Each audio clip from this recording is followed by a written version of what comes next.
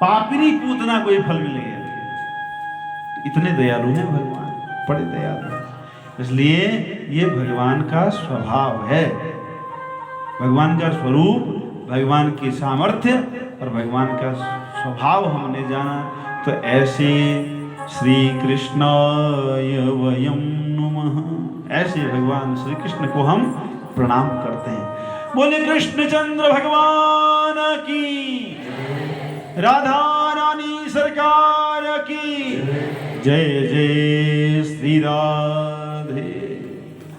अच्छा, जय जयकार जोर से बोलनी है। कैसे बोलनी है बताओ तो, हैं? जोर से। असल में क्या होता है, जब जहाँ भगवान की कथा होती है ना, वहाँ एक देवी आ जाती है। कौन सी देवी? निद्रा देवी आ जाती है। ये विघ्न बन, देखो अच्छे कामों में बड़े विघ्न आते हैं, ये अच्छे काम इतने जल्दी थोड़ी हो जाते हैं, बड़े विघ्न आते हैं। निद्रा देवी आ जाती है, तो इसको बीच बीच में भगाने के लिए जय जयकार करनी चाहिए। भगवान की जय सुन करके सब पाप, रोष, शोक, दुख, दारिद्र्य, भूत प्रेत, पिशाच सब दूर चले जाते हैं। इसलिए बीच बीच में जय जयकार करनी है। और कैसे करनी है? हैं? जोर से। बोले कृष्णचंद्र भगवान की हो यम पव्रजन्तमनुपेतमपेत कृत्यं द्वैपायनो विरह कातरमाजुहाव पुत्रीति तन्मयतया तर्वोऽभिनेदुस् तं सर्वभूत हृदयं मुनिमानतोऽस्मि।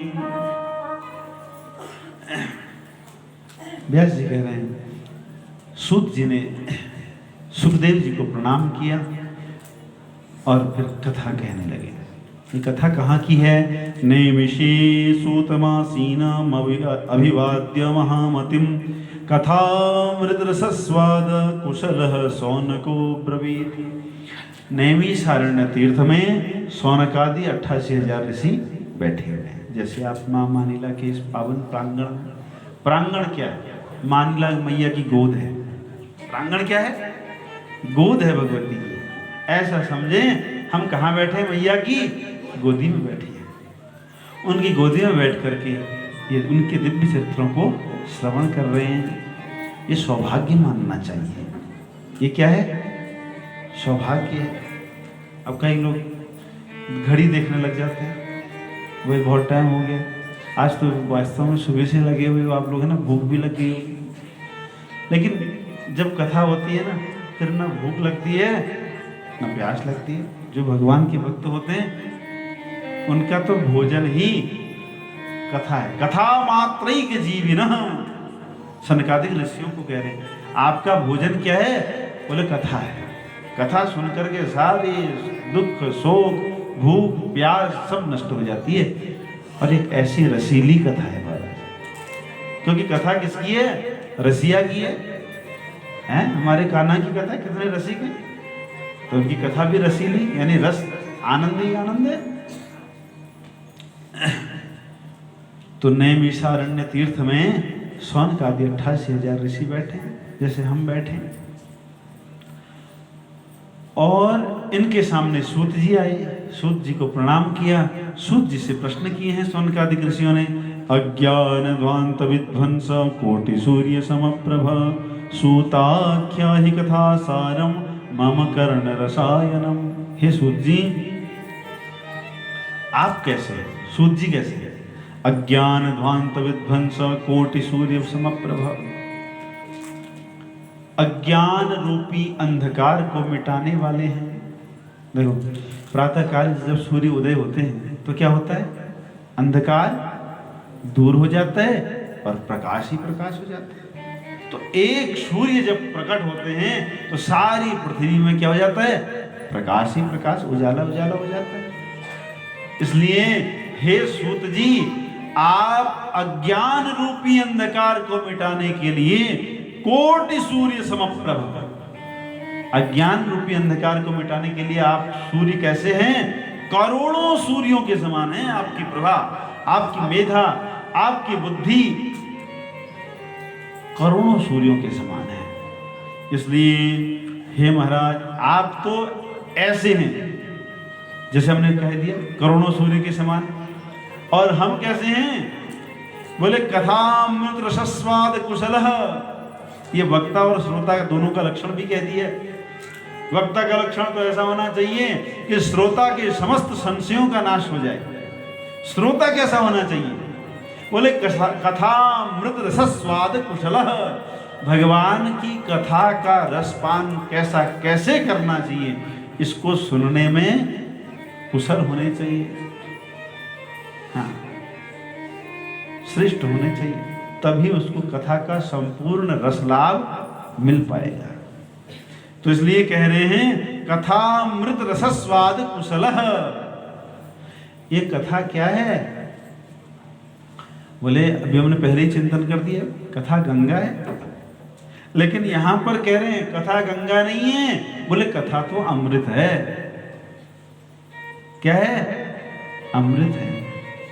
एक अमृत स्वर्ग में भी है देवताओं के पास, उसको जो पीता है वो अमर हो जाता है।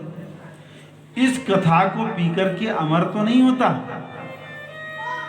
लेकिन उसको भगवत प्राप्ति हो जाती है। जो अमर रहता है ना, उसको दुख होता है, कष्ट होता है। सोचो किसी की 200 साल की उम्र हो है और शरीर एकदम कमजोर सा हो जाए, हड्डी हड्डी हो जाए, क्योंकि एक समय के बाद तो वृद्धावस्था जरावस्था आएगी। अब न खाना पच रहा है, न चल पा रहे, न उठ पा रहे, न बैठ पा रहे। ये अमरता अच्छी है कि बुरी है? ये तो कष्ट देने वाली हो जाएगी। बहुत लंबी आयु तो है, लेकिन क्या करना है? जहां लंबी आयु होने के बाद भी अगर दुख मिल रहा है तो क्या करना है? देवता लोग कितने दुखी है, आप सुनते हो ना, राक्षस आया तो देवता दुखी हो गए, फिर भगवान के पास गए, फिर देवता दुखी हो गए भगवान के। अरे देवता है कैसे, उनको बार बार कष्ट हो जाता, ये कैसे देवता है भाई? भगवान की कथा अमर नहीं करती, भगवत प्राप्ति करा देती है ना? तो महाराज ये कथा नहीं है, ये तो कथामृत है। तो कथामृत सस्वाद कुशलः। भगवान की कथा कैसे सुननी चाहिए ये सौनक जी को पता है। सौनक जी श्रेष्ठ श्रोता है। अच्छा वक्ता हो अच्छी बात है, लेकिन श्रोता भी तो अच्छा होना चाहिए, तभी तो कथा अच्छी होगी। अब वक्ता बड़े प्रेम से सुना रहे हैं, लेकिन सुनने वाले का मन ही नहीं, फिर सुनाने वाला भी सुना नहीं पाता है। तो इसलिए दोनों एक जैसे ही होने चाहिए। स्कंद पुराणोक्त महात्म्य में लिखा है, भागवत जी का जो स्कंद पुराणोक्त महात्म्य है उसमें लिखा हुआ है वक्ता और श्रोता कैसा होगा। बोले जथा वक्ता तथा श्रोता, जैसा वक्ता हो वैसे ही श्रोता होना चाहिए, और जैसा श्रोता हो वैसे ही वक्ता होना चाहिए। एक जैसी इनकी वृत्तियां होनी चाहिए, तब तो ठीक होगा, नहीं तो फिर गड़बड़ी हो जाएगी। बोले वक्ता और श्रोता भी दो दो प्रकार के हैं। कृष्णार्थी थी, धनार्थी थी, श्रोता वक्ता द्विधामृता। एक धनार्थी हैं, एक कृष्णार्थी हैं। एक तो भगवान को चाहने वाले, एक धन को चाहने वाले। तो अगर जो श्रोता हैं वो धन को चाहने वाले हैं, तो वक्ता भी धन को चाहने वाला होना चाहिए, तब उनका सामंजस्य बैठेगा ना। और अगर श्रोता बैरागी है, भगवान को चाहने वाला है, तो वक्ता भी ऐसा ही होना चाहिए। तो इसलिए ऋषियों ने प्रश्न की बताया है महाराज, अज्ञान गांत विध्वंस कोटि सूर्य समप्रभ। आप करोड़ों सूर्यों के समान हैं। आपसे हमारे प्रश्न हैं, भक्ति कैसे बढ़ती है, ज्ञान कैसे बढ़ता है, वैराग्य की प्राप्ति कैसे होती है।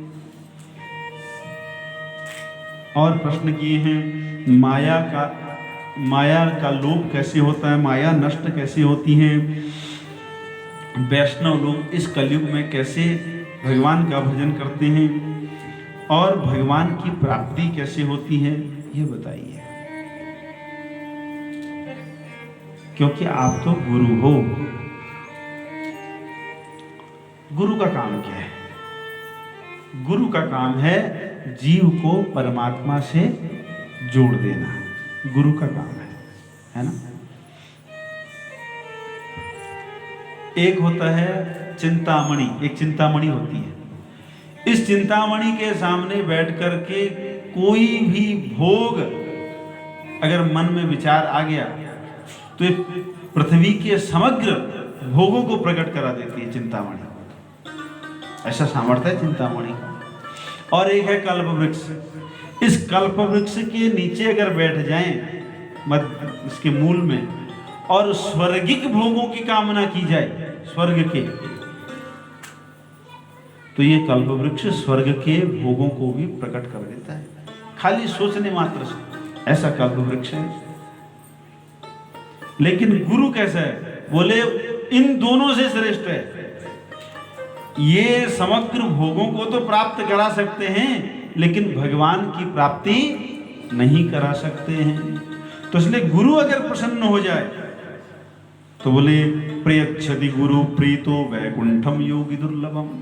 अगर गुरु प्रसन्न हो जाए तो वैकुंठ की प्राप्ति करा देता है।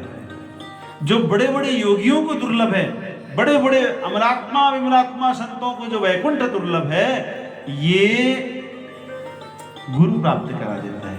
इसलिए आप तो गुरु ही हो, आपको प्रणाम है महाराज। अब हमको बताइए भगवान कृष्ण की प्राप्ति कैसे हो? ये श्रेष्ठ प्रश्न है ना।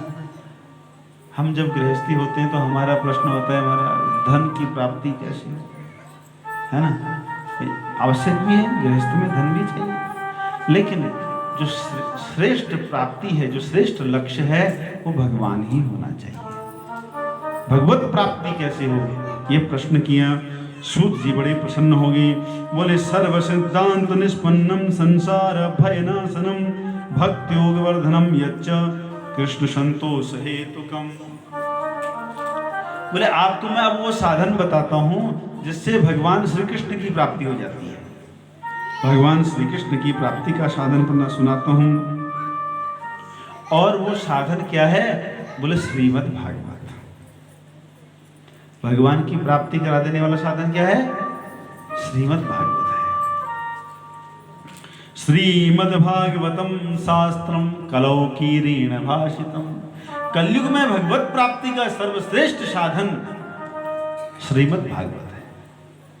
इसलिए महाराज अब आपको सुनाते हैं, लेकिन सुनो, ये श्रीमद् भागवत की जो कथा है ये ऐसे ही प्राप्त नहीं हो जाता। बोले जन्मांतरे भवेत पुण्यम तदा भागवतम लभेत। जब जन्म जन्मांतरों के पुण्य जागृत होते हैं तब जाकर के भागवत सुनने को मिलती है। अच्छा, कई बार भागवत जी तो मिल रही हैं, लेकिन हमारे भाग्य ऐसे नहीं हैं कि हम उनको सुन पाए। अभी हमने जो तीन महासाधन बताए थे, वो साधन करने पड़ते हैं, तब जाकर के श्रीमद् भागवत सिद्ध हो जाती है। तो भागवत जी का जो प्राप्ति का स्रोत है, मुख्य साधन है, वो है पुण्य। तुम्हारा एक बात बताएं, भागवत जी पुण्य नहीं है, फिर क्या है? बोले भागवत जी पुण्यों का फल है। पुण्य तो पहले कर दिए, अब आज क्या है? उसको फल को पाने का समय है। तो भागवत पुण्य नहीं है, भागवत पुण्य का फल है। जन्मांतरे भवेत् पुण्यम तदा भागवतम लभेत। जब पुण्यों के फल प्राप्त होने लगते हैं तब जाकर के भागवत सुनने को मिलती है। ये कोई साधारण ग्रंथ मत समझ लेना, इसको किताब पुस्तक मत समझ लेना। श्रीमद् भागवतम शास्त्रम प्रत्यक्षम कृष्ण एव ही। ये श्रीमद् भागवत जो शास्त्र है, ये शास्त्र नहीं, साक्षात श्री कृष्ण है, साक्षात भगवान का वांगमय स्वरूप है। जब भगवान इस धराधाम को छोड़ करके अपने गोलोक को जाने लगे, उस समय उद्धव जी ने कहा कि हे प्रभु, भक्तावलंबनार्थाय किम विधेयमयेति च। हे प्रभु, जब आप इस पृथ्वी को छोड़ करके जा रहे हो तो तो आपने भक्तों के लिए कोई साधन, क्या साधन किया? हमारे लिए आपने क्या ऐसा किया? अब आप तो चले जा रहे हो, हमारा क्या होगा? हम भक्तों का क्या होगा? क्योंकि भक्तों के जीवन धन तो आप ही हो। भक्तों का धन कौन है? भगवान है। अब आप ही चले जाओगे तो हमारा तो सर्वस्व ही छिन गया समझो। हम क्या करेंगे, कैसे जिएंगे? तब भगवान श्री कृष्ण ने अपना तेज श्रीमद् भागवत जी में स्थित कर दिया। तो भगवान श्री कृष्ण कहीं गए नहीं हैं, इसी श्रीमद् भागवत जी में विराजमान है। जब संपूर्ण भक्ति से, श्रद्धा से हम भगवान के इन दिव्य चरित्रों को सुनते हैं, तो इस भागवत के अर्थ से प्रकट होकर के भगवान हमारे हृदय में प्रकट हो जाते हैं। तो इसलिए ये भागवत कोई पुस्तक नहीं है, साक्षात भगवान हैं। इसलिए अभी हम जब शिव पुराण पढ़ रहे थे तो उसमें लिखा है कि जब भी कथा सुनने के लिए बैठे पहले पुस्तक को प्रणाम करें, पुस्तक को प्रणाम करें तब बैठे, है ना? ये मर्यादा है, सनातन मर्यादा है। अब जैसे कथा प्रारंभ हो गई, अभी चर्चा हो रही थी कि 2 बजे से कथा होगी, अभी घोषणा कर देंगे। समिति के सदस्य जन ऐसे चर्चा कर रहे थे कि 2 बजे से होगी। अब 2 बजे से कथा तो शुरू हो गई, हम आए 4 बजे, 3 बजे आ रहे, तो फिर पुस्तक को प्रणाम कर, यहाँ आने की आवश्यकता नहीं है। अगर यहाँ आएंगे तो फिर कथा में विघ्न हो जाएगा। फिर जहाँ आ रहे हैं वहीं बैठ करके प्रणाम करो, वहीं से प्रणाम करो, और बाद में आरती के बाद फिर पुस्तक को प्रणाम करके जाना चाहिए। नियम यह है कि कथा से पहले ही पांडाल में आकर के बैठ जाना चाहिए। अब व्यास जी तो आगे श्रोताओं का इंतजार कर रहे हैं, अब श्रोता आएंगे फिर कथा शुरू करेंगे। तो ये सनातन मर्यादा नहीं है। श्रोता आकर के पहले बैठ जाए, पुस्तक को प्रणाम कर लें, अपना आसन ठीक कर लें, इसके बाद फिर कथा प्रारंभ हो। ये नियम है, ये मर्यादा है। तो इसलिए महाराज ये जो भागवत जी हैं ये फल है, ये पुण्य नहीं है। क्या है? फल है। आज जो आपको ये भागवत जी मिल रही है, अच्छा घर में कथा करने का तो फल है ही, लेकिन तीर्थ में उससे अधिक फल है ना? ये भगवती की कृपा हो गई है कि हम उनकी गोद में बैठ करके ये कथा को श्रवण कर रहे हैं, अत्यंत फल को देने वाली हो गई है। इसलिए एक बार जब परीक्षित जी को सुखदेव जी कथा सुनाने के लिए बैठे कि इस समय देवता आ गए। देवताओं ने कहा महाराज ये भागवत हमको सुनाओ, हम श्रेष्ठ हैं, हम देवता हैं, ये देवता हैं तो श्रेष्ठ हैं, इसलिए हम इसके अधिकारी हैं, ये परीक्षित जी को मत सुनाओ। बोले फिर परीक्षित जी का क्या होगा? इनकी तो 7वें दिन श्राप से मृत्यु होने वाली है। बोले इनको अमृत पिला दो, इनको अमृत पिला दो, ये अमर हो जाएंगे, इनकी मृत्यु नहीं होगी फिर, और हमको ये भागवत सुना दो। अब विचार करो, वो स्वर्ग का अमृत परीक्षित जी को पिलाने के लिए देवता तैयार हैं कथा के बदले। तो ये कथा कितनी मूल्यवान है। ये स्वर्ग का अमृत सबको नहीं मिलता है, पहले तो स्वर्ग पहुंचना ही मुश्किल है, अगर स्वर्ग चले गए फिर अमृत मिलना और कठिन है, किसी किसी को मिलता है। देवता बोले महाराज ये अमृत आप परीक्षित जी को पिला दो और हमको ये कथा अमृत पिला दो। सुधा कुंभम गृहीत्वैव देवास्तत्र समागमन सुखम नत्वा वदन् सर्वे स्वकार्य कुशलासुरा कथा सुधाम प्रियच्छस्व गृहीत्वैव सुधामिमाम् एवं विनिमये जाते सुधाराज्ञा प्रपीयताम्। बोले महाराज ये काम विनिमय कर लेते हैं। विनिमय माने वैस पैस, पैस क्यों माने वैस पैस कौन है? हाँ भाई हम तुम मडू ले लो और हमको क्यों दे दियो हैं? ऐसा हो ना पुराने जमाने में, क्यों जी है? भैंस भैंस, लेकिन बराबर की वस्तु का विनिमय होता है। वस्तु जिसका बराबर दाम हो, बराबर मूल्य हो, उसी का विनिमय होता है। ऐसा जब सुखदेव जी ने सुना तो हंसने लगे, जोर से हंसने लगे। बोले क्व सुधा क्व कथा लोके क्व कांच क्व मणिर्महान ब्रह्मरातो विचार्यैव तदा देवांजहासः। बोले कहाँ ये कथा अमृत, कहाँ तुम्हारा ये स्वर्ग का अमृत, इनमें तो तुलना ही नहीं है। इनकी अगर तुलना करी जाए तो ये कैसे हैं? बोले जो स्वर्ग का अमृत है ये कांच है, और जो ये भागवता अमृत है ये तो मणि है। मणि और कांच की बराबरी है? बताओ। हम कहेंगे आपको हम कांच दे देते हैं, आप मणि हमको दे दो, हीरा दे दो, ये बराबरी का सौदा है? कोई सौदा ऐसा करना चाहेगा? कोई नहीं करेगा। ये तो नुकसान का सौदा है। कहां मणि, कहां कांच। ऐसे ही तुम्हारा स्वर्ग का अमृत भी है।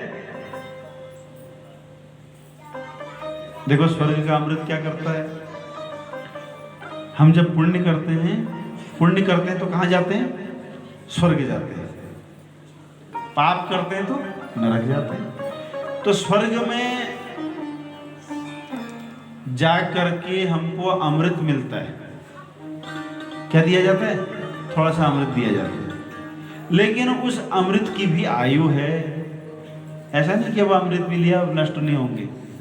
बोले महाराज क्षीणे पुण्य मर्त्यलोके विशंति, जैसे ही पुण्य समाप्त होंगे तो अमृत का भी वो सीमा समाप्त हो जाएगी। देवता स्वर्ग से धक्का मार देंगे, पृथ्वी में आ जाएंगे। तो स्वर्ग का अमृत ऐसा है। अब ये भागवतामृत कैसा है? गोपियां कह रही हैं तव कथा अमृतम, हे प्रभु आपकी कथा अमृत कैसा है? बोले कल्मषापहम, पापों को नाश करने वाला है। वही स्वर्ग का अमृत तो पुण्यों को नाश करने वाला है। जब पुण्य नष्ट होंगे तभी तो स्वर्ग का अमृत मिलेगा। पुण्य के बदले स्वर्ग का अमृत मिलता है। तो पुण्यों को नाश करने वाला हो गया। और ये कथामृत कैसा है? बोले पापों को नाश करने वाला है। अब बताओ कौन सा अमृत श्रेष्ठ है? भाई पुण्य को नष्ट करने वाला अमृत श्रेष्ठ है कि पाप को नष्ट करने वाला अमृत श्रेष्ठ है? बताओ। अरे बताओ तो। पाप को नष्ट करने वाला श्रेष्ठ है। तो महाराज कहां आपका कांच रूपी ये अमृत और कहां ये मणि जैसा कथा अमृत, इनमें तो तुलना ही नहीं है। और दूसरी बात, पुण्य स्वर्ग को देता है। ध्यान देके सुनिए, पुण्य क्या देगा? स्वर्ग देगा। और भगवान की कथा भगवान को दे देगी, भगवान प्राप्त करा देगी, है ना। तो ये दिव्य कथा है हमारा, इसलिए सुखदेव जी ने देवताओं को भगा दिया और बोले श्रीमद् भागवती वार्ता सुराणाम अभी दुर्लभम।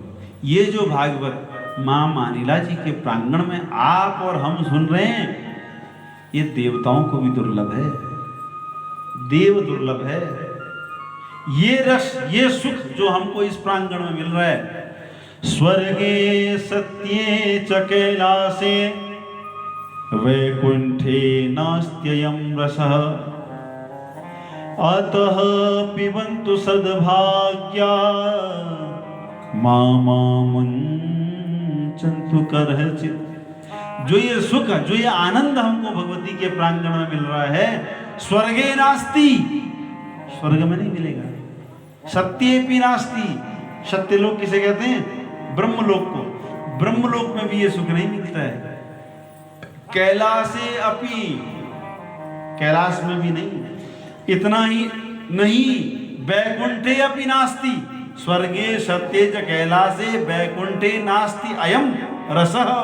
ये रस वैकुंठ में भी नहीं मिलता। ये सुख, जो सुख हमको यहां मिल जा रहा है।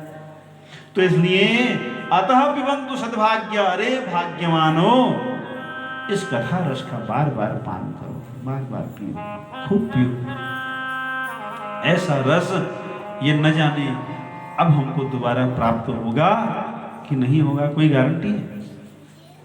इसकी छोड़ो, अपनी कोई गारंटी है? अभी एक डॉक्टर के बारे में न्यूज़ पढ़ी थी, गुजरात के बहुत कार्डियोलॉजिस्ट थे, बहुत बड़े। रात को सोए, सुबह उठे, आपने शायद न्यूज़ पढ़ी होगी, सुबह नहीं उठे, क्या हुआ? बोले हार्ट अटैक आ गया। बताओ, जो हार्ट का डॉक्टर था, जो न जाने कितने मरीजों को उन्होंने ठीक कर दिया होगा, लेकिन जब अपने ऊपर संकट आया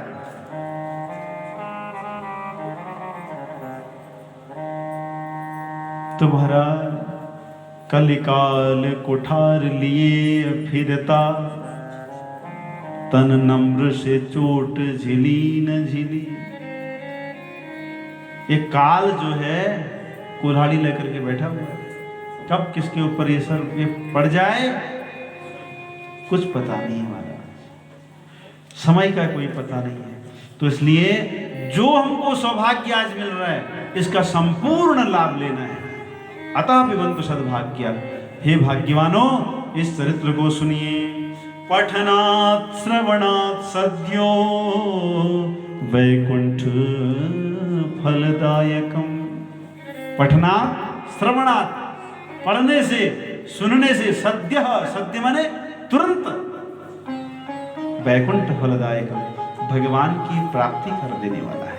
ये ग्रंथ ऐसा है। अब तुरंत प्राप्ति कैसे होगी? वही पात्र वाली बात आ गई, जिसकी जैसी पात्रता है वैसा फल मिलेगा, है? जो सतोगुण में स्थित होकर के सुनेगा उसको वैसा फल मिलेगा, जो रजोगुण में स्थित होकर के सुनेगा उसको वैसा फल मिलेगा, जो तमोगुण में स्थित होकर के सुनेगा उसको वैसा फल मिलेगा, और जो निर्गुण होकर के सुनेगा, निर्गुण निष्काम होकर के सुनेगा, उसको वो फल मिलेगा। तो ये हमारी योग्यता पर है महाराज।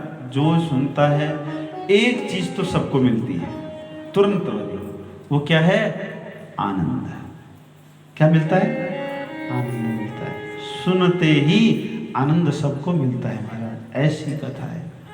अभी हमने पहले चिंतन कर ही दिया है कि भगवान ही आनंद है। तो अगर कथा सुनकर के आनंद आ रहा है तो इसका मतलब हमको भगवत प्राप्ति हो रही है। बोले कृष्णचंद्र भगवान की, श्रीमद् भागवत महापुराण की। तो इसलिए सप्ताहीन सुतम चैतत सर्वथा मुक्तिदायकम, बहुत देर में याद होना है।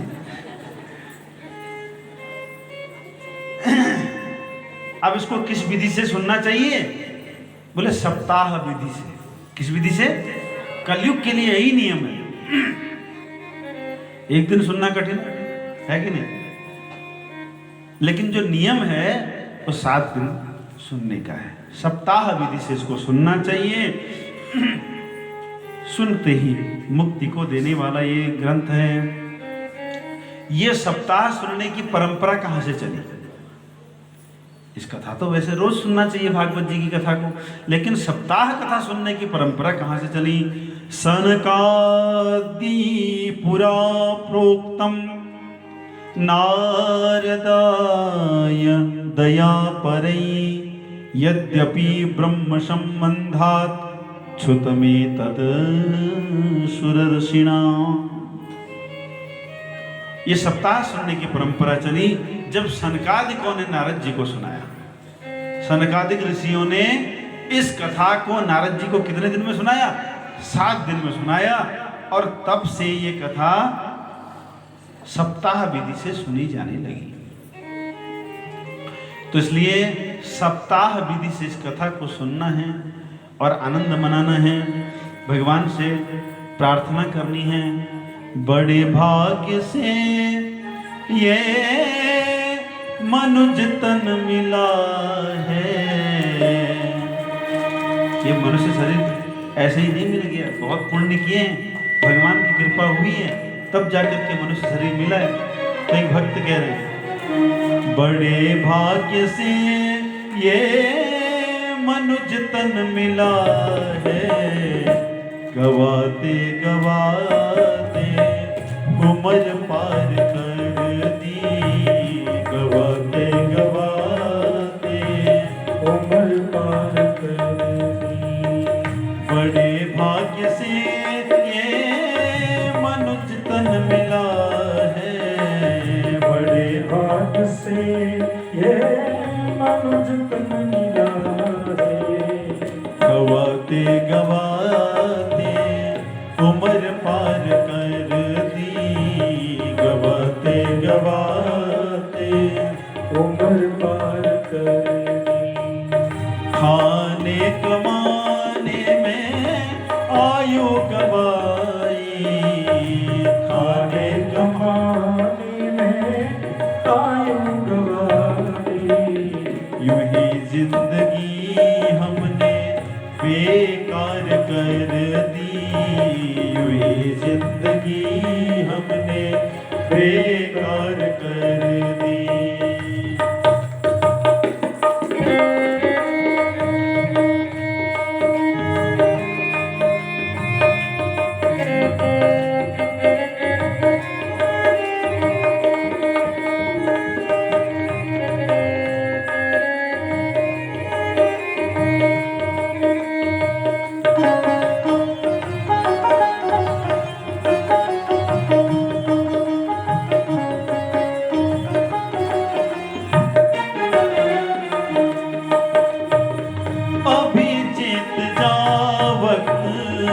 जो भी मिला है, अभी चेत जा वक्त जो भी मिला है, अभी चेत जा वक्त जो भी मिला है, अभी चेत जा वक्त जो भी मिला है। अरे काल मुख से ना कोई बचा है, अरे काल मुख से ना कोई बचा है। जरा सोच ले साथ, जरा सोच ले साथ, जरा सोच ले साथ, जरा सोच ले साथ, ले जाएगा क्या यूं ही जिंदगी हमने है भार कर दी, यूं ही जिंदगी हमने है भार कर दी। बड़े भाग्य से ये मनुज तन मिला है, बड़े भाग्य से ये मनुज तन मिला है, गवाते गवाते उम्र पार कर दी, गवाते गवाते उम्र पार कर दी।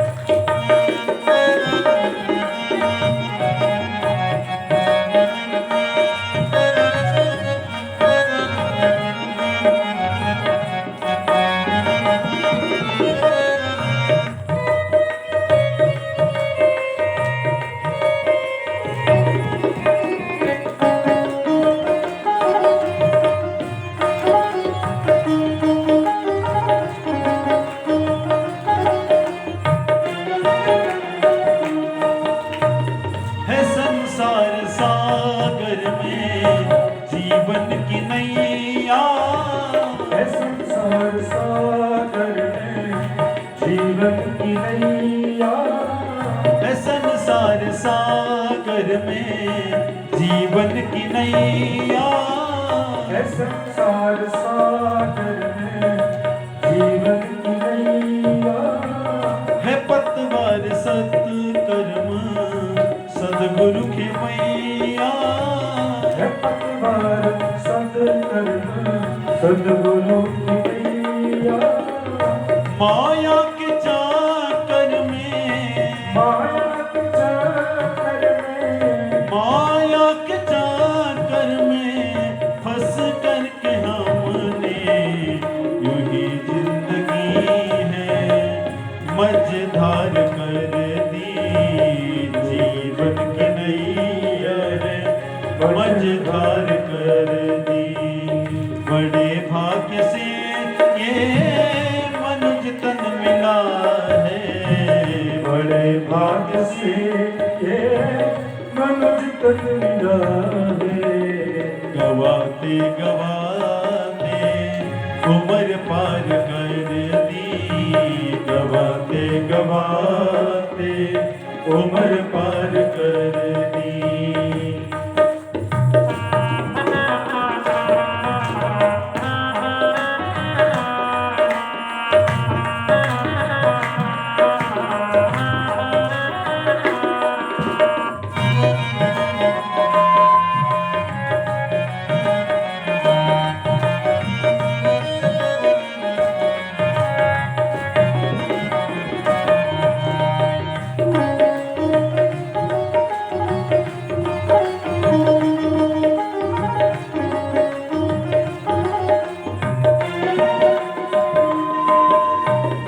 अगर चाहता अपना कल्याण प्राणी, अगर चाहता अपना कल्याण प्राणी, अगर चाहता अपना कल्याण प्राणी, अगर चाहता अपना कल्याण प्राणी, तोले मान सच्चे सदगुरु की वाणी, तोले मान सच्चे सद्गुरु की वाणी।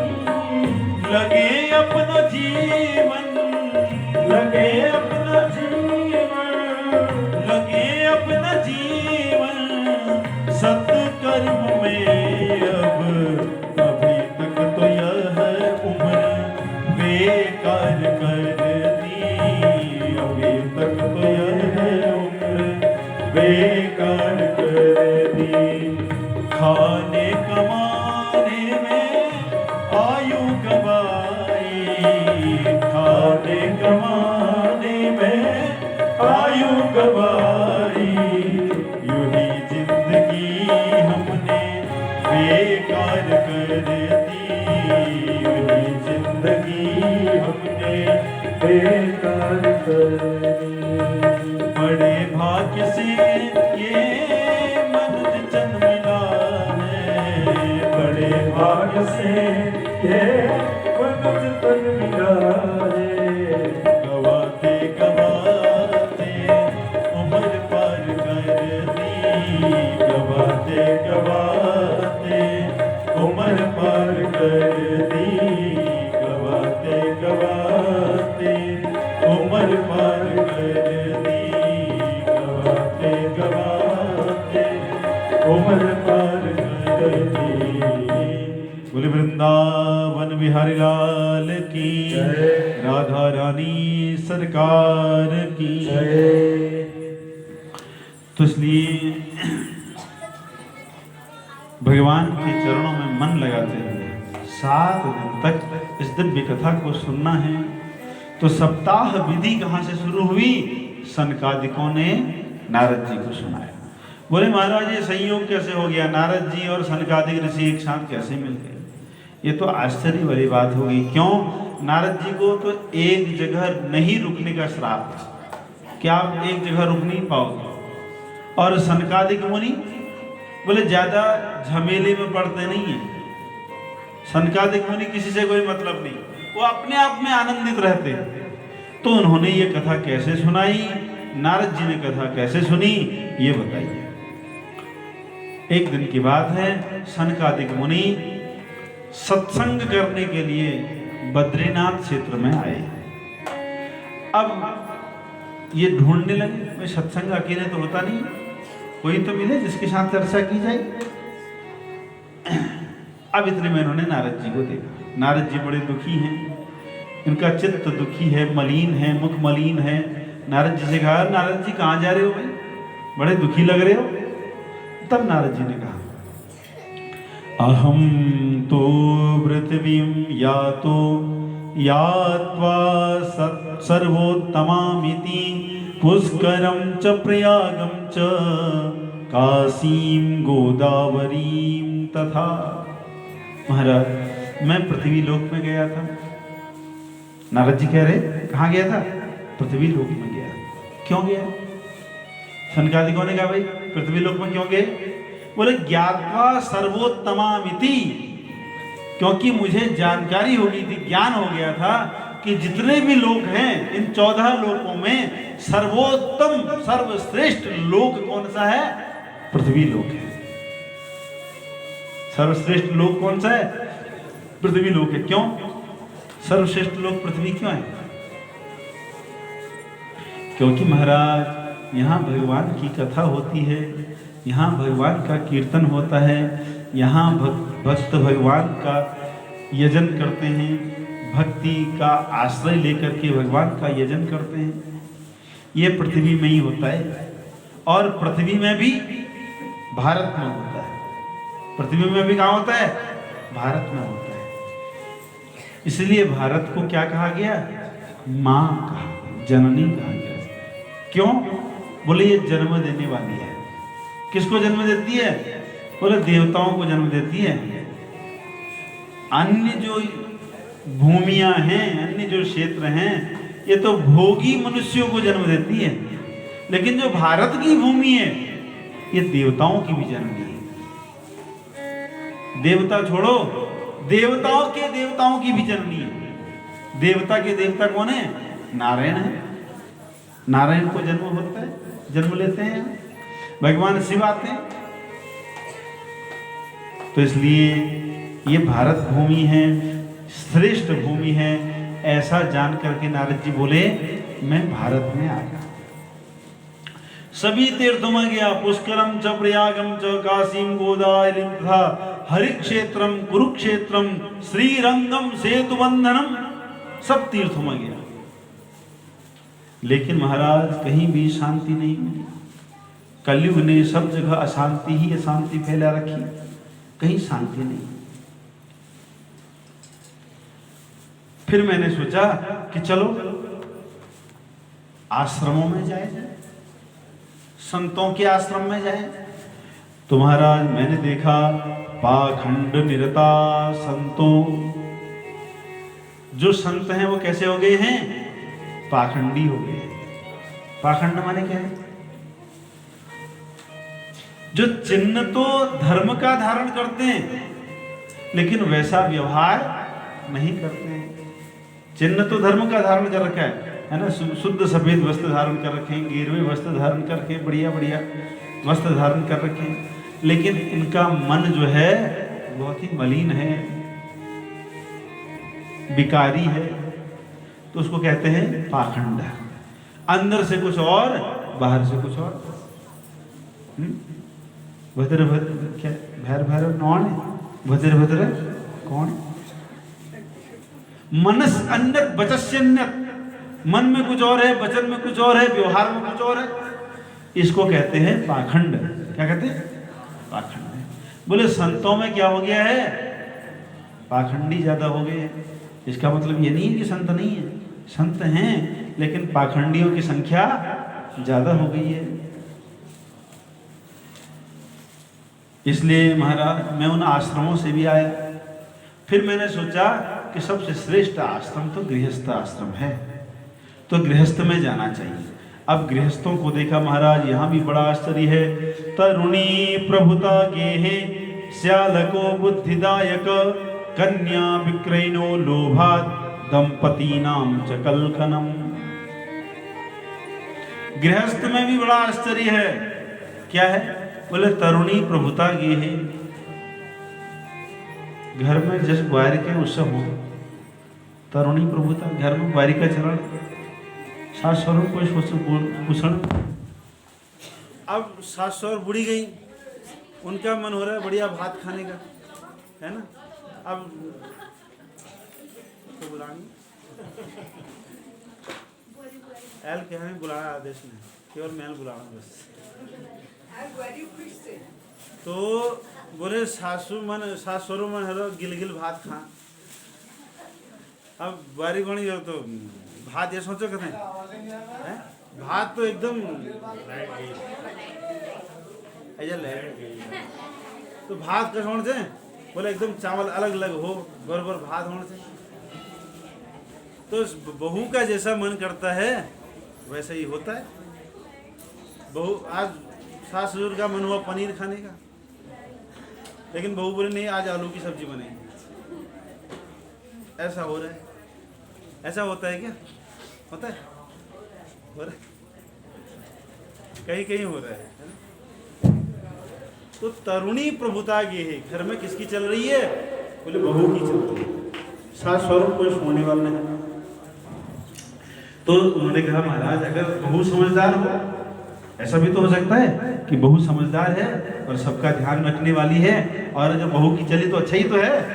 भाई सास ससुर अपनी जिम्मेदारी से मुक्त हो जाएं, बहू जिम्मेदारी समझे, ऐसी भी तो बहू हो सकती है।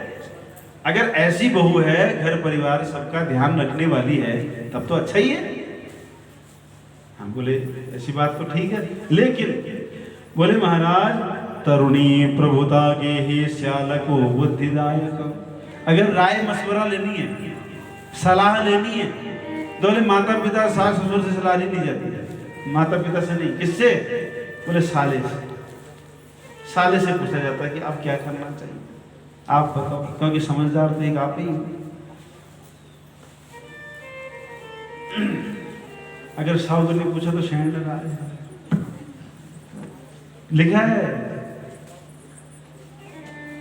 रामायण में। बोले ससुरारी प्यारी भई जब ते रिपु रूप कुटुंब भय तब। जब जब में सरास भल लागण हो गई, फिर आपको परिवार वाले फिर नौक लगा शरेशी भल से। हमारे तो घर वाले सब ऐसे हैं। तो महाराज साले से राय मशवरा ली जाता है, पर उनसे सलाह मशवरा किया जाता है। लेकिन बोले अगर एक बात बताओ, अगर साला समझदार है तो राय लेने में क्या हर्ज है? ले लो, सलाह ले लो। बोले चलो ठीक है, लेकिन कन्या विक्रयणो लोभा। अब गृहस्थों में संबंध नहीं हो रहे, ध्यान देकर के सुनना। अब गृहस्थों में संबंध नहीं हो रहे, सौदा हो रहा। क्या हो रहे? सौदे हो रहे। बोले मेरे घर चल तो दूध का बेल के दिला, क्या दोगे? है ना? अपने बेटे को बेच रहे हैं, बेचना ही तो हुआ। तो संबंध नहीं हो रहा है, सौदा हो रहा है, बेटों को बेचा जा रहा है, बेटियों को बेचा जा रहा है। लेकिन सनकादिक मुनि बोले सब अपन मना करनी, लेकिन तब शांति तो हरेल में। बोले नहीं, तब भी दंपति नाम च कलकनम, रोज लड़ाई हुई, फिर भी शांति घर में। देखो कर सब अपने मन की रहे हैं, बेटा अपने मन की कर रहा है, बहू अपनी मन की कर रही है, सास ससुर अपने अपने मन की कर रहे हैं, लेकिन फिर भी घर में वो रोज लड़ाई झगड़ा हो रहा है। भाई जब सब अपने मन की कर रहे हैं तब तो लड़ाई झगड़ा नहीं होना चाहिए, तब तो शांति होनी चाहिए थी, तब भी लड़ाई झगड़ा। तो गृहस्थ में भी शांति नहीं है। महाराज जहां गया वहां मैंने अशांति देखी। देखो एक बात बताएं, अब हमको ना हमारे घर में शांति नहीं। शांति कहीं बाहर से आएगी तब थोड़ी होगी। शांति कैसे होती है? त्याग से। कैसे होती है? त्याग करना पड़ता है। त्यागा शांतिरनंतरम, त्याग से शांति होती है। अगर माना कोई किसी को अशांति हो गई, हमारे घर में कोई अशांति फैला रहा है, तो अब उसको तो क्रोध आया और हमको और आ गया, तो शांति बढ़ेगी कि अशांति बढ़ेगी? अशांति बढ़ेगी। एक ने अपराध किया, दूसरे ने कुछ बोल दिया, तो एक कान से सुनो, दूसरे कान से निकाल दो। त्याग कर दिया ना हमने, उसकी बातों को सुना ही नहीं, तो शांति हुई कि नहीं हुई? शांति होगी क्या? या तो ऐसा तू कम नहीं तो मैं कम किलो, फिर भी कोई तो मैं चार कम, हम कम थोड़ी हैं।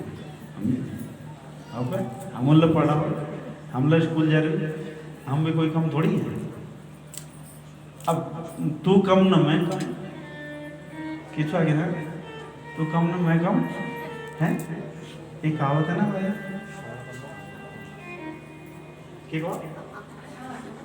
श्रावण कम ना भादो कम हो,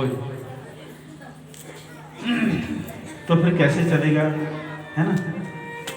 शांति के लिए त्याग करना पड़ेगा, तब जाकर के शांति होती है। त्यागात शांति, जितना त्याग करेंगे तब जाकर के शांति होती है। तो इसलिए नारद जी कह रहे हैं कि मैंने कहीं भी शांति नहीं देखी। सहनशीलता लोगों की कम हो रही है। हम अब धीरे धीरे देख रहे हैं लोगों में क्या हो रही है, सहनशीलता, सहन करने की सामर्थ्य खत्म हो गई। हम किसी को सुनना ही नहीं चाहते हैं, किसी का सम्मान नहीं कर पा रहे हैं, किसी का आदर नहीं कर रहे हैं, तो घर में शांति कैसी होगी, है कैसे सुख मिलेगा। सबका सुनना पड़ता है, बेटी का भी सुनना पड़ता है, बहू का भी सुनना पड़ता है, सास ससुर का भी सुनना चाहिए, माँ बाप का की भी सुननी चाहिए।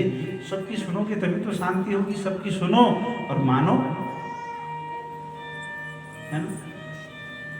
सहनशीलता बहुत जरूरी है, सहनशीलता होनी चाहिए। सहनशीलता कैसे आएगी, सहनशीलता माने विवेक। विवेक कैसे आएगा, भगवान की भक्ति से आएगा, सत्संग से आएगा। इसलिए सत्संग में जाना चाहिए, भगवान की भक्ति करनी चाहिए, बार बार भगवान के नामों का आश्रय लेना चाहिए। भगवान कैसे हैं, शांत है, भगवान का नाम भी शांत है।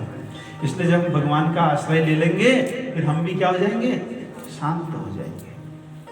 शांताकारं भुजगशयनं बोलते हैं अब, और सुंदरकांड पढ़ते होंगे, शांतम शाश्वतम अप्रमेयम् अनघम निर्वाण शांति प्रदम।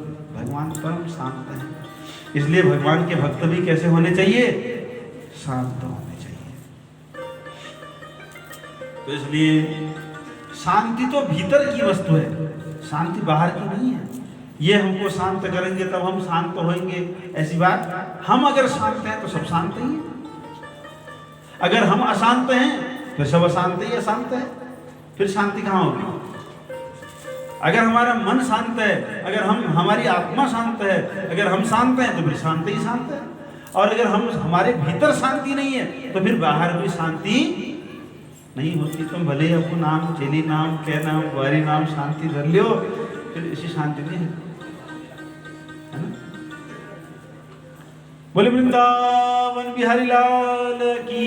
तो नारद जी कह रहे महाराज कहीं शांति नहीं हुई, सब जगह घूम करके आया, अंत में वृंदावन आ गया। वृंदावन भगवान की लीला भूमि है, भगवान साक्षात निवास करते हैं वृंदावन में, लीला करते हैं। तो वृंदावन आया, यहाँ भी आश्चर्य दिखा। क्या बोले, एक युवती बैठी हुई है, उसके पास दो वृद्ध लेटे हुए हैं, और उस युवती की सेवा के लिए अनेक उसकी सेविकाएं हैं। कोई पंखा कर रही हैं, कोई पाँव दबा रहे हैं, कोई सर की मालिश कर रहे हैं। अब ये देख करके बड़ा आश्चर्य हुआ, ये कौन है। लेकिन संतों को, भगवान के भक्तों को, सन्यासियों को शास्त्र कहता है स्त्रियों से दूर रहना चाहिए। संतों को, सन्यासियों को, साधुओं को स्त्रियों से क्या करना चाहिए, दूर रहना चाहिए। और स्त्रियों को भी इनसे दूर रहना चाहिए। शास्त्र में लिखा है न स्पर्शेत दार्वीमपि। सन्यासियों को लकड़ी की जो स्त्री है, कठपुतली है, काठ की जो पुतली अगर स्त्री बनाई गई है उसको भी स्पर्श नहीं करना चाहिए, ऐसा लिखा हुआ है शास्त्र में। तो हम तो साधु सन्यासी नारद जी बोले, हमको महिलाओं के बीच में क्यों जाना है। और कोई भी समझदार व्यक्ति, चार महिलाएं खड़ी हैं, बैठी हैं, गपशप करें, उनके बीच में क्यों जाएगा। किसी भी समझदार व्यक्ति को शिष्टाचार नहीं है, नहीं जाना चाहिए। तो महिलाओं के बीच में क्यों जाए, ऐसा समझ करके जाने लगे। तो इतने में ये युवती बोली, भो भो साधोषणं तिष्ठ मच्चिन्तामपि नाशय दर्शनं तव लोकस्य सर्वथा गहरं परम। हे साधु, हे नारद जी, रुको रुको, जरा हमारी बात सुन लो। क्यों रुके भाई, नारद जी ने कहा क्यों रुके। बोले दर्शनम तव लोकस्य सर्वथा गहरम परम। हे नारद जी, आपका दर्शन सभी पापों को नाश कर देने वाला है। नारद जी कौन है? नारद जी साक्षात भगवान ही हैं। भगवान के जो अवतार हैं उनमें एक अवतार है नारद। नारद जी साक्षात भगवान है। तो हे नारद जी, आपका दर्शन क्या करता है? समग्र पापों को नष्ट कर देता है, पापों को नाश कर देने वाला है। और आपके वचन तो कल्याण ही कर देने वाले हैं। इसलिए महाराज हमारी चिंता का नाश कर दीजिए। आपका तो काम ही है, जगत का कल्याण करना आपका काम है, जगत के दुखों को हरण कर देना आपका काम है। इसलिए हमारे दुखों को भी आप नाश कीजिए। हे महाराज, तब नारद जी बोले, आप कौन हैं? काशित्वम, आप कौन हो? और ये जो तो वृद्ध युग पड़े हैं आपके पास, ये कौन है? आपकी जो सेवाएं अन्य स्त्रियां कर रही हैं, ये सब कौन है? मुझे बताइए। वद देवी सविस्तारम स्वस्य दुःखस्य कारणम, विस्तार से बताइए, तुम्हारे दुख का कारण क्या है, ये भी बताइए। तब वो बोली, अहम भक्ति ऋतिख्याता इमो मे तनयो मतो ज्ञान वैराग्य न मानो काल योगी न जर्जरो। बोले मेरा नाम भक्ति है। वो स्त्री क्या बोली? मेरा नाम भक्ति है। और जो वृद्ध हैं ये कौन है? बोले ये मेरे पुत्र हैं दो, ज्ञान और वैराग्य, ये मेरे पुत्र हैं। और जो मेरी सेवा कर रही हैं, बोले गंगाद्या सरितस्सीमा मत सेवार्थम समागता। ये गंगा आदि तीर्थ नदियां हैं, श्रेष्ठ नदियां हैं, ये मेरी सेवा के लिए आई हुई हैं, मेरी सेवा के लिए आई हुई हैं। बोले अच्छा, बड़ा आश्चर्य है। बोले देखो, आपने ऐसा कहीं देखा? मां तो 16 वर्ष की हो और बेटा 90 वर्ष, ऐसे आपने कहीं देखा? घटते जरठा माता तरुणो तनयावती, माता तो युवा हैं और बेटे बूढ़े हैं, ऐसा आपने कहीं देखा? नारद जी बोले देखा तो नहीं, आज ही देख रहे। बोले आप ही बताओ अब इसका कारण क्या है? मैं जवान हो गई और ये बूढ़े हो गए, इसका कारण क्या है? बद योग निधे धीमन कारणम चात्र किम भवे। हे विद्वान, हे नारद जी, इसका कारण बताइए। तब नारद जी बोले, हे देवी, इसका जो कारण है वो है कलयुग। क्या है कारण? कलयुग है। जना अघासुरायन्ते साठ्य दुष्कर्म कारण। लोग कैसे हो गए हैं? बोले पापी हो गए हैं। लोगों की वृत्ति कैसी हो गई है? राक्षसी वृत्ति हो गई है, दुष्कर्म करने वाले लोग हो गए हैं। इसलिए हे देवी, ये कलयुग के कारण ही हो रहा है। भक्ति बोली, जब परीक्षित के सामने ये कलयुग आया तो परीक्षित जी ने इस कलयुग को मार क्यों नहीं दिया? हैं? इस कलयुग के कारण ही इतने बड़े पाप हो रहे, ये आया क्यों? इसको मार क्यों नहीं दिया गया? नारद जी बोले कि महाराज, हे देवी, उस समय जब कलयुग परीक्षित जी के सामने आया ना, और परीक्षित जी ने देखा कि ये गायों को कष्ट दे रहा है, तो तुरंत उन्होंने अपने खड्ग निकाल लिया मारने के लिए।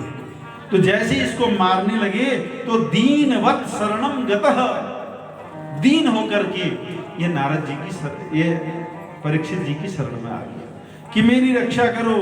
न मया मारणीयोयम, मैं मारने योग्य नहीं हूं, और आप संत हैं, आप भी किसी को कष्ट नहीं देना चाहते, तो आप मुझे मार क्यों रहे हो? परीक्षित जी ने कहा, महाराज, आपके राज्य में अधर्म ही अधर्म होता है, पाप ही पाप होता है, आप स्वयं पाप करते हो, करवाते हो, इसलिए हम आपका वध कर देते हैं।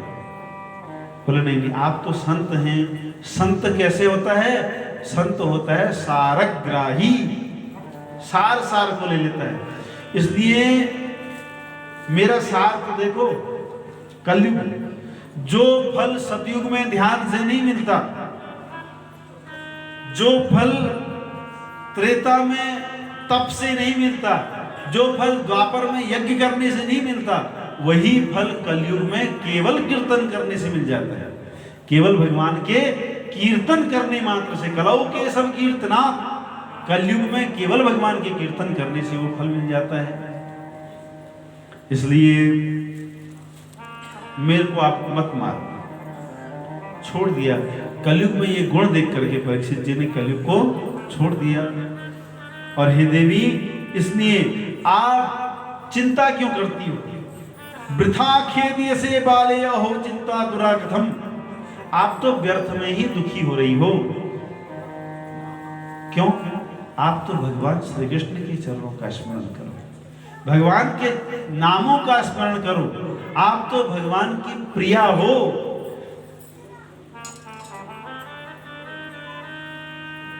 आप कौन हैं? बोले महाराज, भगवान के बस में आप नहीं हो, आपके बस में भगवान है। भगवान किसके बस में है? भक्ति के बस में है ना। भगत के बस में है भगवान, भगवान भक्ति के बस में है। हे भक्ति, आपके तो अधीन भगवान हैं। जब भक्ति की महिमा कही तो बोले कि हे देवी, अब आप भगवान का भजन करो, भगवान का स्मरण करो, वही कल्याण करेंगे। देखो, कलयुग में भक्ति करने वाले लोग तो बहुत हैं, लेकिन ज्ञान और वैराग्य को मानने वाले, जानने वाले कोई नहीं है।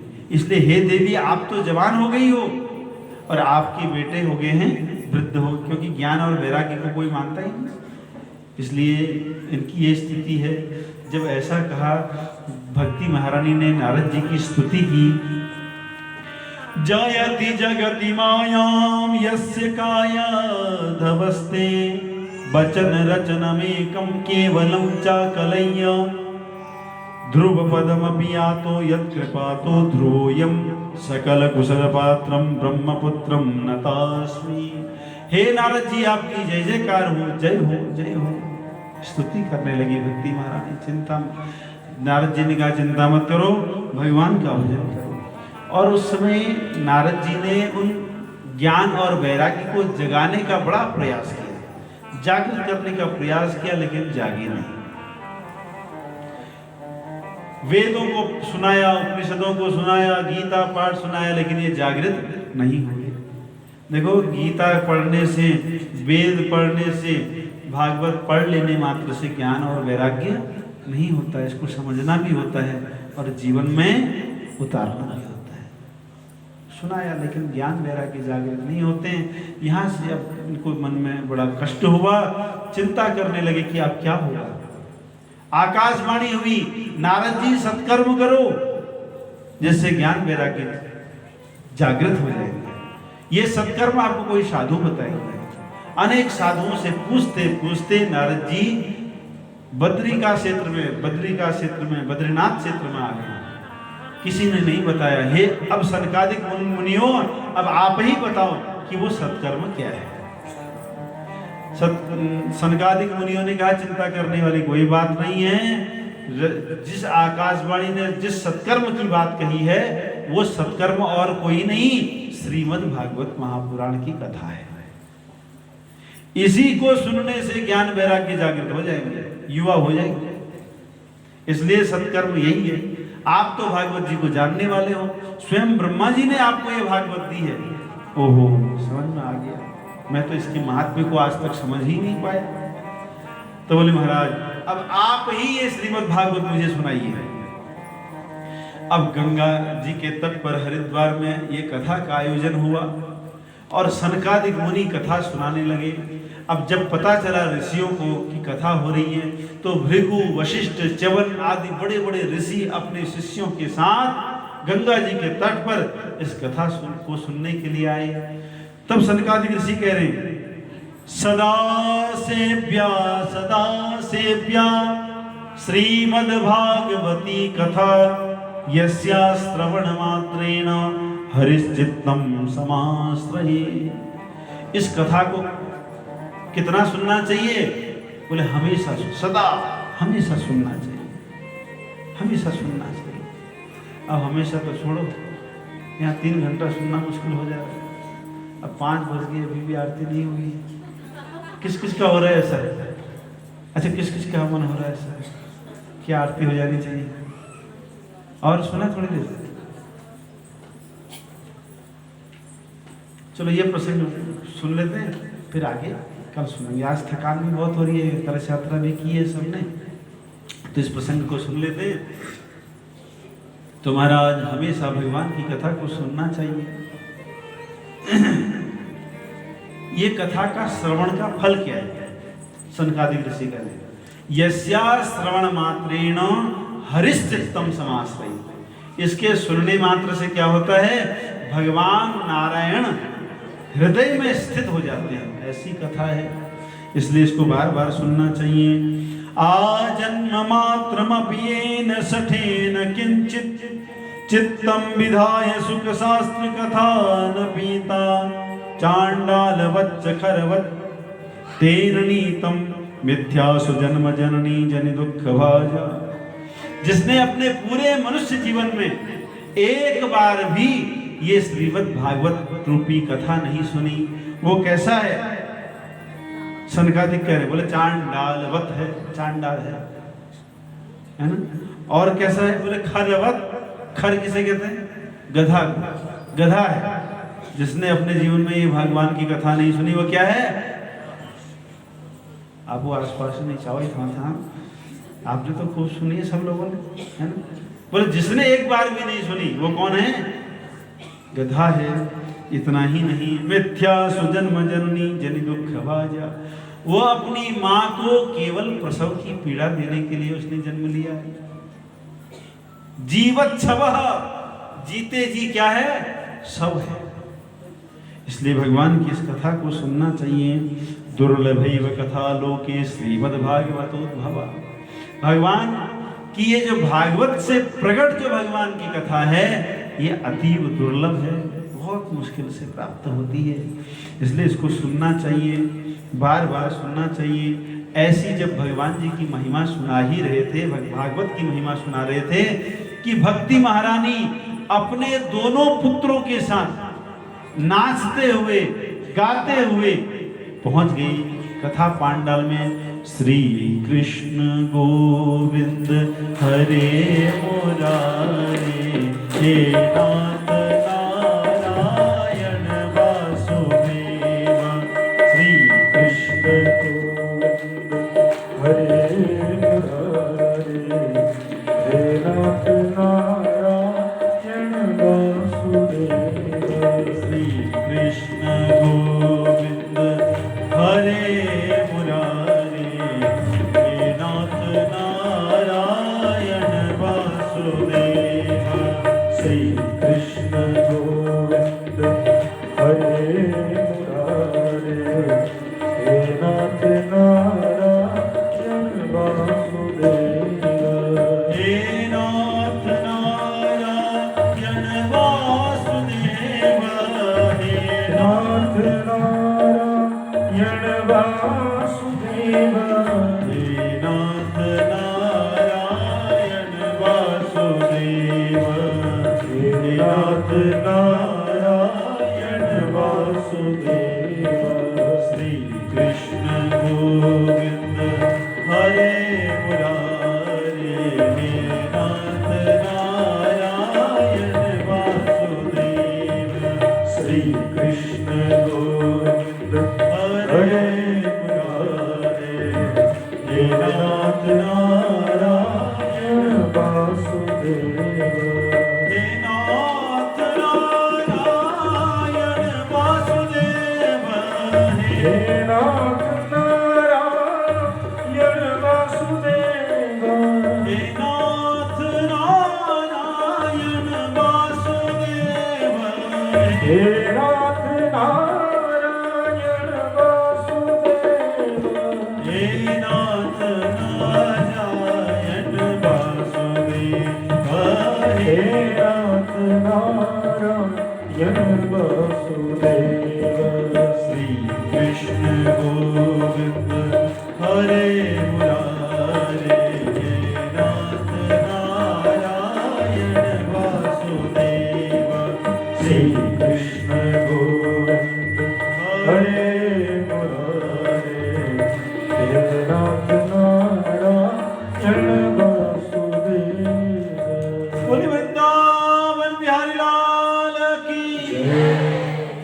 भगवान का नाम लेते हुए, नाचते हुए, गाते हुए भक्ति महारानी अपने दोनों पुत्रों के साथ पहुंच गई पांडव। अब सब लोग कहने लगे कहां से आई, कैसे आई, और इसके जो पुत्र वृद्ध थे ये युवा कैसे हो गए। नारद जी के मन में विचार आया। तब महाराज सनकादिकों मुनियों ने कहा ये कहीं से नहीं आई। बोले कथार्थतो निष्पतिता धनोयम, ये कहां से प्रकट हुई। बोले कथा के अर्थ से ही प्रकट हुई, कथा से प्रकट नहीं हुई। कहां से, कथा के अर्थ से प्रकट हुई। इसलिए एक बात बताएं, और जगह व्यासपीठ की बात नहीं कर, अपनी व्यासपीठ की बात करता हूँ। यहाँ से अगर कथा होगी ना, किसी को ना नींद आएगी और न किसी को बेचैनी होगी। ये भगवान की कृपा है ना। तो इसलिए क्योंकि हम भागवत जी की बात करते हैं, केवल भागवत में जो लिखा है उसी की चर्चा करते हैं। ये ओरिजिनल चीज है, वास्तविक चीज साहब आपको पहुंचेगी तो न नींद आएगी और न आलस्य आएगी। हो रहा है ऐसा, नींद आ रही है, हो ही नहीं सकती। कितनी थके हो आप, नींद आएगी नहीं, क्योंकि यहाँ तो वास्तविक चर्चा, भगवत चर्चा हो रही है। जहाँ भगवान की कथा होती है वहाँ ये सब आ ही नहीं सकता है ना। तो इसलिए महाराज कथा थतो निष्पतिता धनोयम, कथा से नींद नहीं आएगी, कथा से भक्ति आएगी। क्या आएगी, भक्ति आएगी, ज्ञान प्रकट हो जाएगा, वैराग्य प्रकट हो जाएगा कथा से। ये कथा का प्रभाव है। नाचने लगी। अब भक्ति महारानी ने कहा मैं आ तो गई, बैठूं कहां। तो सनकादिक मुनियों ने कहा निरंतरम वैष्णव मानसानी, वैष्णवों के, भगवान के भक्तों के हृदय में आकर के बैठ जाओ।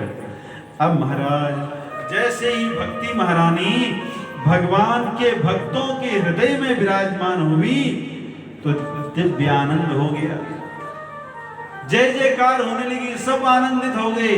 भक्ति जैसे ही हृदय में आ गई तो लोगों को ऐसा लगा कि भगवत प्राप्ति ही हो गई।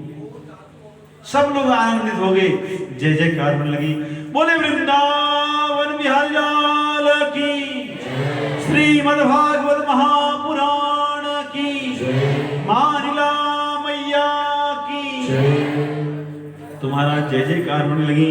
निज लोकम परित्यज्य भगवान भक्तवत्सल, बनमाली घनश्याम पीतवासा मनोहरा। जब लोगों के हृदय में, श्रोताओं के मन में भक्ति प्रकट हो गई तो हरिरपि निज लोकम विहाय, भगवान भी अपने वैकुंठ को छोड़ करके उसी पांडाल में आ गए। और भगवान का इस दिव्य स्वरूप को सबने देखा तो बड़े आनंदित हो गए। बनमाली, भगवान कैसे हैं, उन्होंने बनमाला धारण की है। बनमाला माने 5 श्रेष्ठ पुष्पों से मिलकर के जो माला बनती है, जो घुटने तक पहुंचती है माला, उसको कहते हैं बनमाला। मालती आदि श्रेष्ठ पुष्पों से जो माला बनती है, 5 पुष्पों से, भगवान ने वो पुष्प माला धारण कर रखी है। घनश्याम, भगवान का रंग कैसा है, बोले बादलों के रंग जैसा भगवान का रंग है। पीतवासा, भगवान के वस्त्र कैसे हैं, पीले वस्त्र हैं, भगवान ने पीला पीतांबर धारण किया हुआ है। मनोहर, और भगवान का स्वरूप कैसा है, मन को हरण कर लेने वाला, चित्त को जीत लेने वाला भगवान का दिव्य स्वरूप हो रहा है। मनोहर भगवान का रूप हो रहा है। और जो भी भगवान को देख रहा है, जिसकी दृष्टि भगवान पर पड़ गई है, फिर भगवान की ओर से उसकी दृष्टि हट नहीं रही है। तो दिव्य संकीर्तन हुआ, दिव्य आनंद हो गया महाराज। वैकुंठवासिनो ये च वैष्णवा उद्धवादया, तत्कथा श्रवणार्थम ते गूढ़ रूपेण संस्थिता। भगवान के जो निज जन हैं, उद्धव, अर्जुन आदि भगवान के श्रेष्ठ जो भक्त हैं, हनुमान जी आदि, ये भी उस कथा में आकर के विराजमान हो गए और कथा को सुनने लगे। दिव्य आनंद हो गया। इस प्रकार सारे उस दिव्य सत्संग को सुन करके, दिव्य कथा को सुन करके सब लोग बड़े प्रसन्न हो गए। नारद जी तो अति प्रसन्न हो गए, बड़ा आनंद आ गया। ब्रूमोद्यते किमधिकं महिमानमेवं ब्रह्मात्मकस्य भुवि भागवताभिधस्य, यद संश्रयान्निगतते श्रवणे सुलभते सुवक्ता, श्रोतापि कृष्ण समता मलमन्यधर्मे। ब्रूमोद्यते किमधिकम महिमानमेवम्। इस श्रीमद् भागवत जी की महिमा और अधिक क्या क्या, बताओ इससे अधिक महिमा क्या हो सकती है कि साक्षात भगवान ही प्रकट हो जाए, भगवान ही साक्षात आ जाए। इससे बड़ी महिमा और क्या कह सकते हैं। जो भी श्रोता श्रेष्ठ वक्ता को पा लेता है, पहला सौभाग्य क्या है, श्रेष्ठ वक्ता मिल जाना, ये भी सौभाग्य है ना? श्रेष्ठ वक्ता मिल जाना, और उसके बाद जब श्रेष्ठ वक्ता मिल जाता है तो महाराज हृदय में ही भगवान का आभास होने लगता है, भगवान की कृपा का आभास होने लगता है, भगवान की भक्ति का आभास होने लगता है। ऐसी ये दिव्य कथा है, जो भी सुनता है उनकी सभी मनोकामनाएं ये दिव्य भागवत जी पूर्ण कर देती हैं। बोले श्रीमद् भागवत महापुराण की। तो आज इतना ही सुनते हैं, और सुन रहे हैं, मैं तो तैयार हूं, मैं तो 2 घंटे 4 घंटे और सुना सकता हूं, अगर आपको सुनने की इच्छा है कुछ था कि चाह बड़ा है। तो आज यहीं पर विराम करते हैं, दूर दूर से आ रहे हैं। वैसे तो अभी जब 7 दिन हमने ले लिए हैं तो ये भगवान के लिए होम, ऐसा संकल्प आज से ले लो, है ना। तो कल से, आज ठीक है थोड़ा कल से यात्रा भी हुई है, दूर से आए हुए हैं, थकान भी हुई है, भूख लगे नहीं लगती रोटी, है ना। तो बस भंडारा मेरे ख्याल से तैयार ही होगा। तो आज कथा को यहीं पर विराम देते हैं। कल के लिए घोषणा हो जाएगी, जहाँ तक बात हुई थी कि 2 बजे से कथा शुरू हो जाए, ठीक है 2 बजे से पहुँच जाएंगे सब लोग, 2 बजे से पहले पहले पहुँच जाएंगे कि 5 बजे कथा को विराम हो जाए, है ना। कथा का नियम इसमें लिखा हुआ है, कथा का नियम क्या है, बोले आज